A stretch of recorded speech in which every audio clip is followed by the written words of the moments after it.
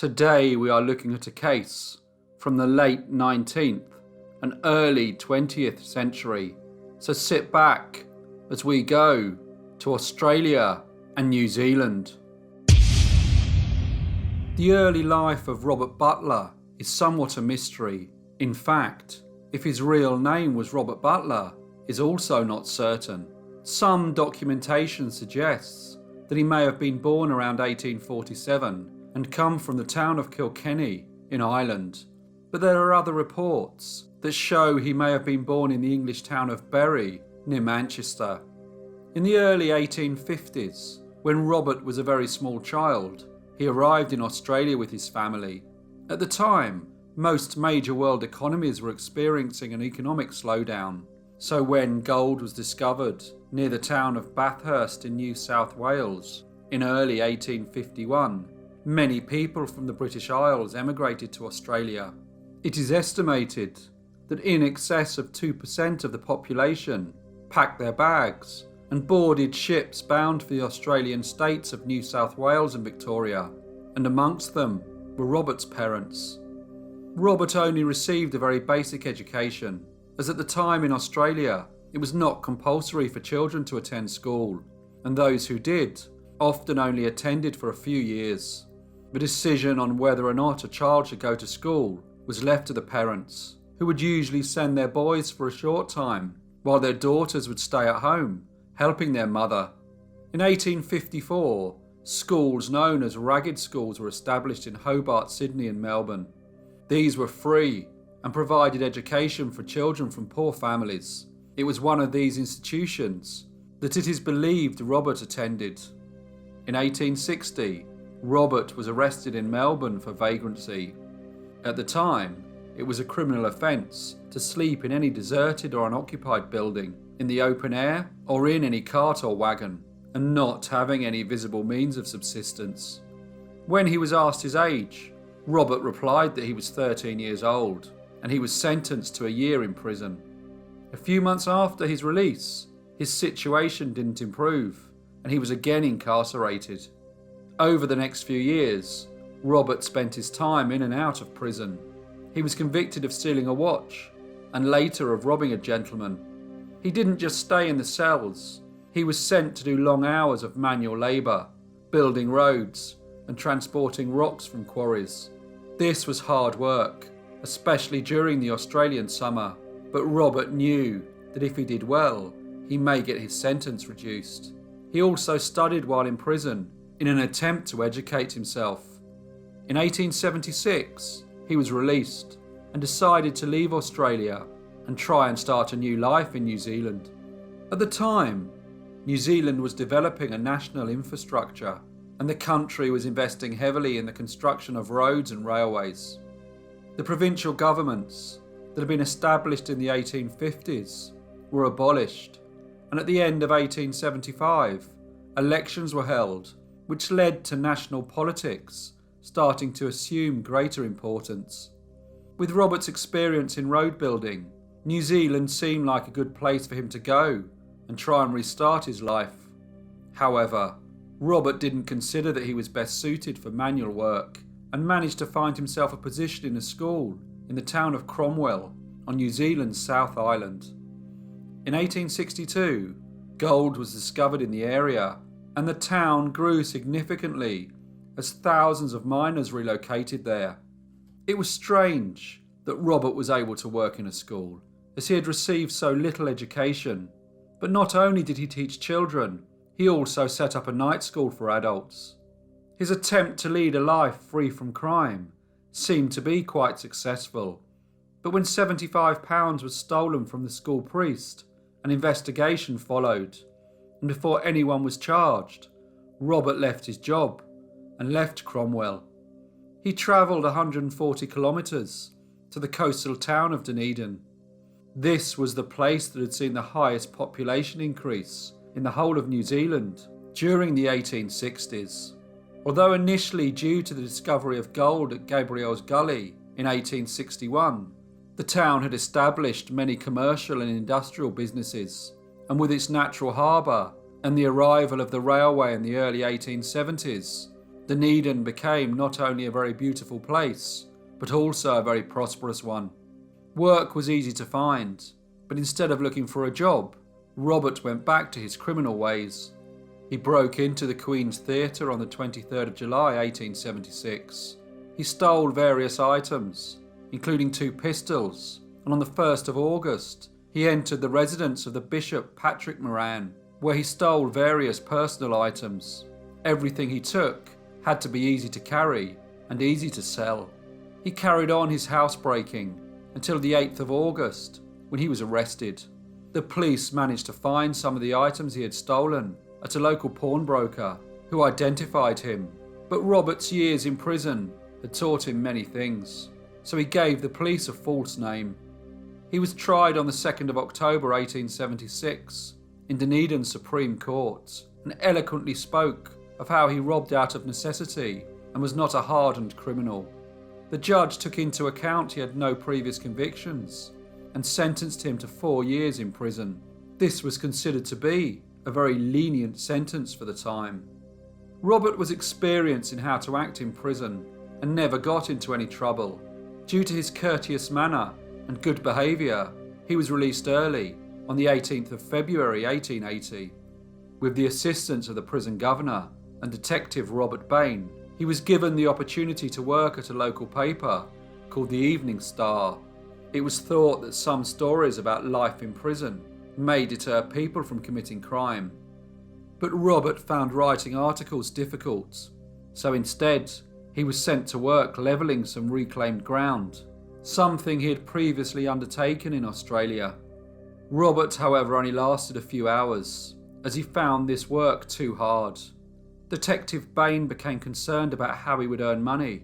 He was a criminal who had been released early, and he had to make sure that he would reconnect with society. Detective Bain arranged to see him on Saturday the 13th of March. Robert, however, didn't turn up for the appointment. Instead, he was in another part of town and in conversation with Police Inspector Mallard. They were discussing the crimes of infamous criminals of the time. For some reason, Robert told the inspector that it would be easy to destroy all evidence of a crime, especially murder, by burning it. He then said that if the inspector was investigating such a crime, he would instantly think that it was he who had committed it. The inspector assured Robert that this would not be the case, and that he would look at all the evidence before making a judgment on who he considered responsible. James Murray Dewar was a young man who lived in Dunedin with his wife Elizabeth and their baby.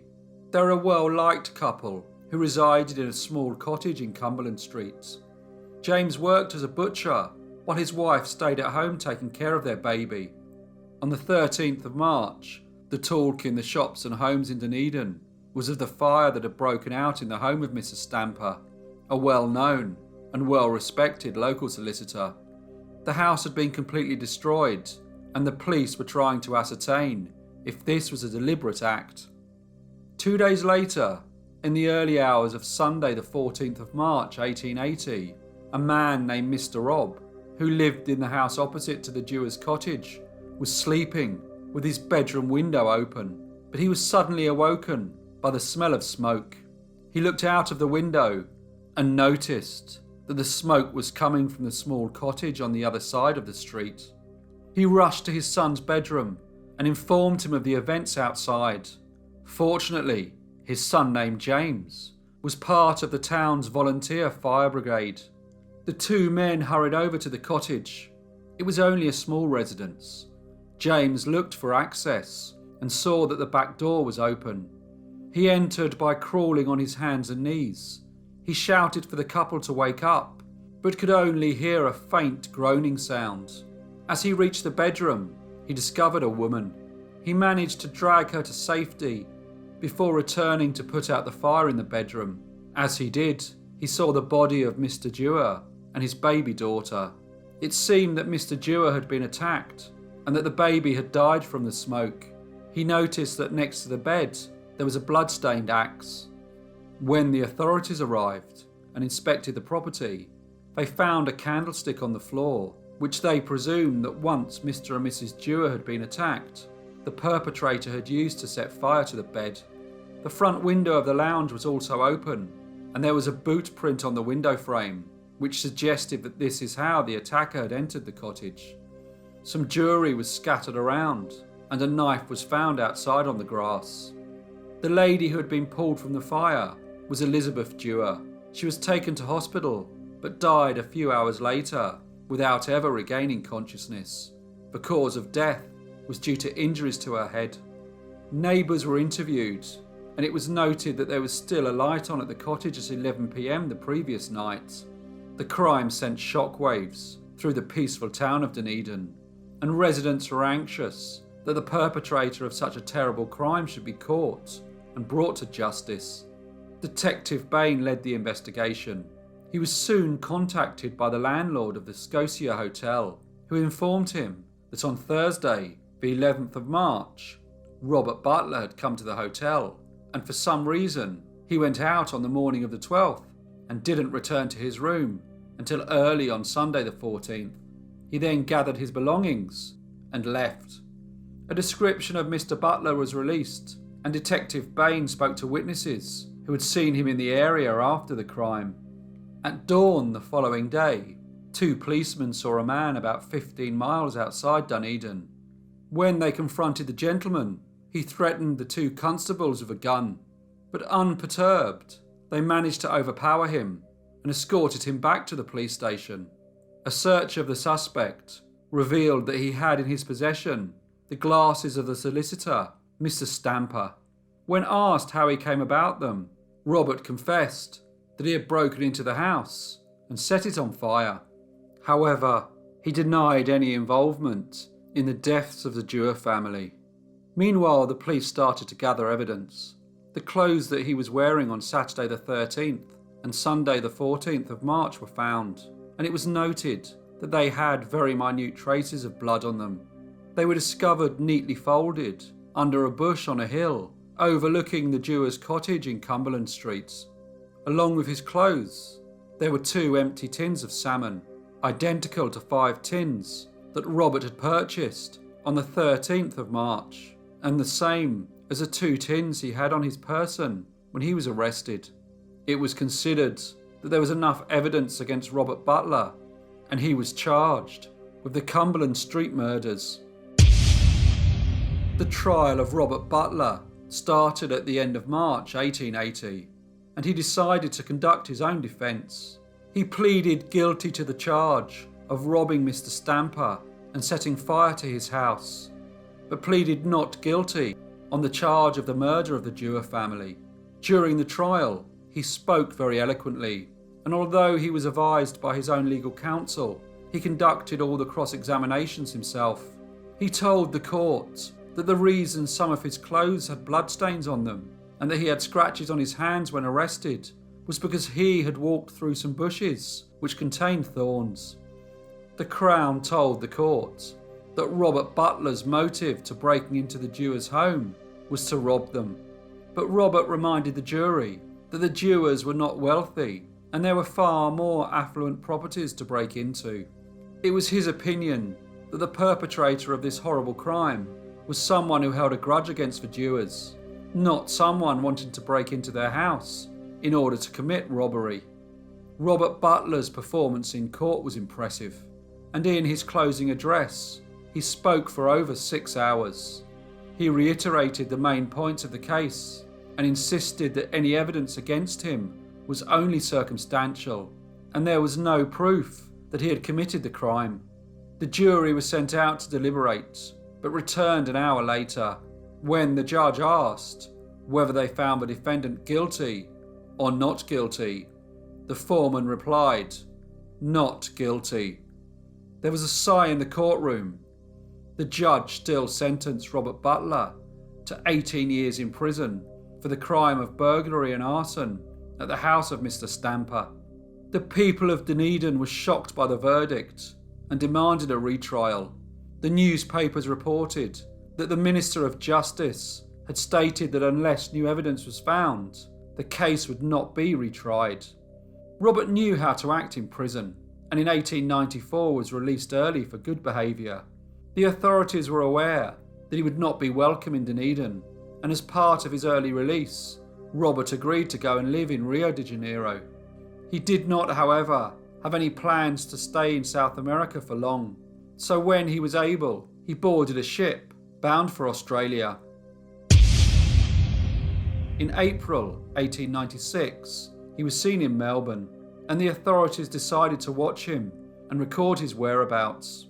He made no attempt to work, so they arrested him, and in June 1896, he was found guilty of entering the state of Victoria within 3 years of being released from prison and of robbing a barber shop. Before he was sentenced, he was tried for the additional crime of robbing an elderly gentleman. Again, Robert decided to defend himself, and although his victim had identified him, the police had failed to hold an identity parade. Robert seemed very at home speaking in the courts, and on this charge, he was eventually acquitted. He was still sentenced to 10 years hard labour for the 2 other crimes. He only served 8 years and was released in 1904 due to his good conduct. He found work with a newspaper and had some articles published about life in prison. Although he liked writing, he was not actually a very good journalist, and the newspaper soon let him go. So without employment, and aware that he was someone who was very well known to the authorities in Victoria, he decided to leave the States and travel to Brisbane in Queensland. By now he was destitute and dependent on the charity of others. In order to get by, he stole food and small items that were easy to sell. On the 23rd of March 1905, he tried to rob a man named William Munday. He threatened the gentleman with a gun. A struggle pursued, during which Mr. Munday was shot. Robert ran off, but when Mr. Munday was found by a passerby, the police launched an investigation and searched for the assailant. In the early hours of March the 24th, Robert was spotted by a policeman, but when Robert saw him approaching, he took out a pistol and fired at him. Fortunately, he missed, and by now, weak and weary from his life on the road, he was apprehended and escorted to the police station. Later that day, Mr. Munday died, and Robert was charged with his murder. The trial of Robert Butler started at the Supreme Court in Brisbane on May the 24th, 1905. This time Robert refrained from defending himself. It was noted that he looked a sorrowful and dejected character. He claimed that the shooting of Mr. Munday was an accident, and he shot him in self-defence when he himself was being attacked. In a humble address to the court, he also offered an apology to the victim's family. The evidence against him, however, was overwhelming. The jury found him guilty, and the judge sentenced him to death. In the weeks preceding his execution, Robert seemed to accept his fate and spent his time writing and in prayer. Robert Butler, a career criminal, was finally executed on the 17th of July, 1905. Hello everyone, and thank you so much for listening. As usual, please leave any comments or feedback you may have, and I will see you in the next brief case.